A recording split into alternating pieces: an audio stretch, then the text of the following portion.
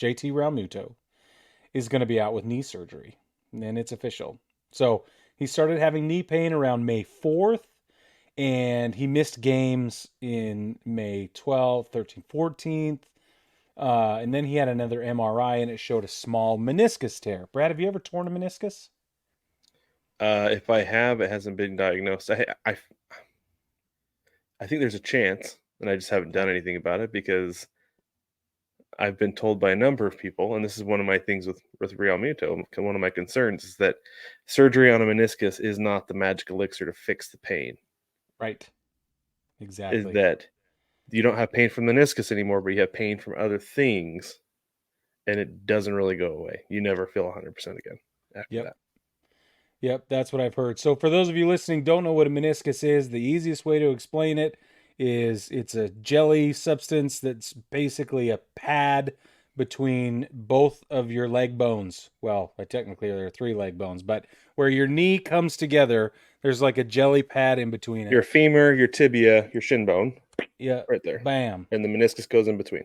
Yep, and that's it. So if it can fray and it can do all kinds of crazy things, and if it gets inflamed or the man, I can't get too technical about this. Basically, it hurts. It Okay, hurts and real they have bad. to go in and they have to carve out the tissue that's no longer where it's supposed to be. That's the only way to do it. I don't know of another way anyway. So Yeah. he's going to have probably an arthroscopic Mhm. surgery on his meniscus. They're going to go carve some of that jelly stuff out. That's not where it's supposed to be. So they're saying he's going to be back in about a month. I don't know if that's realistic. What do you think, Brad? Is that realistic? I don't know if it's realistic either. So this is the thing. As a Blazer fan, Trailblazer fan, I always go back to Brandon Roy when it comes to a meniscus.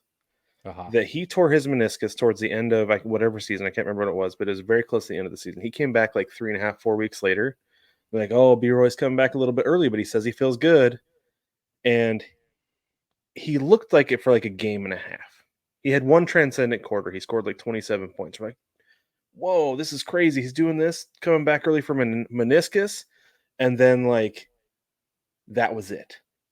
That was all we ever got Right. out of Brandon Roy again because his Yeah. knee was ruined at that point. Granted, he had some other like degenerative thing with his knees as well, in addition to that.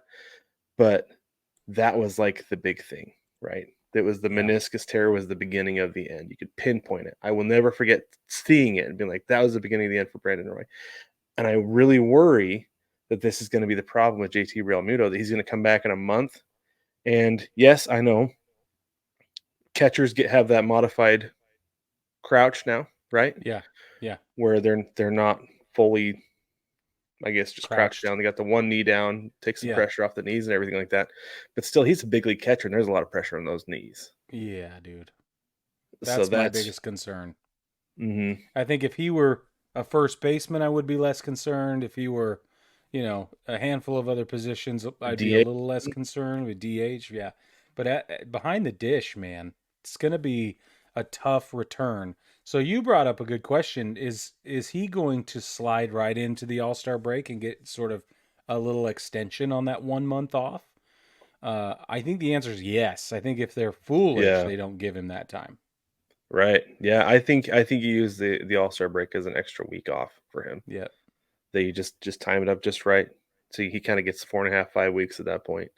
Um, Yeah. and shoot, you know what? If the Phillies are doing fine, maybe really ease him back and have him DH a couple times a week, right? Maybe get Perfect. him behind the plate once or twice a week and really just baby it because you want Yeah. him feeling good for the playoffs. You don't want to rush him back and then No. come playoffs be like, yeah, it's like really bugging me now.